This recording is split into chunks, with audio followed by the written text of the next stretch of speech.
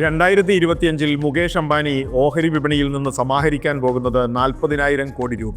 ഇന്ത്യയുടെ ചരിത്രത്തിലെ ഏറ്റവും വലിയ പ്രാരംഭ ഓഹരി വിൽപ്പനയ്ക്കാണ് ഒരുക്കം. റിലയൻസ് ജിയോ IPO 6 മാസത്തിന് ശേഷം നടക്കുമെന്നാണ് റിപ്പോർട്ട്.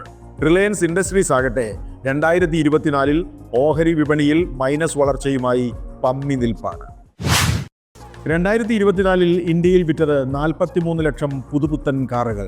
തൊട്ടു മുൻവർഷത്തേക്കാൾ 2 ലക്ഷത്തോളം കൂടുതൽ വിറ്റത് മാരുതി സുസുക്കി. വാഹന വിപണിയിൽ മാന്ദ്യമെന്ന മുൻകാല റിപ്പോർട്ടുകൾ അപ്പാടെ തെറ്റിയെന്ന് പറഞ്ഞുകൂടാ. വളർച്ചാ നിരക്ക് 4 വർഷത്തിനിടയിൽ ഏറ്റവും മോശം 4.7%. റഷ്യയ്ക്ക് ഐസ് ബ്രേക്കർ കപ്പൽ നിർമ്മിക്കാൻ കൊച്ചിൻ ഷിപ്പ്യാർഡിന് 4,000 കോടി രൂപയുടെ കരാർ ലഭിച്ചേക്കും. കൊച്ചിൻ ഷിപ്പ്യാർഡും സ്വാൻ എനർജിയും ഒന്നിച്ചു നിന്നാണ് കരാറിന് ശ്രമിക്കുന്നത്. കപ്പലുകളുടെ സഞ്ചാരപഥത്തിലെ മഞ്ഞുപാളി തകർത്ത് തടസ്സം നീക്കി കൊടുക്കുന്നവയാണ് ഐസ് ബ്രേക്കർ കപ്പലുകൾ.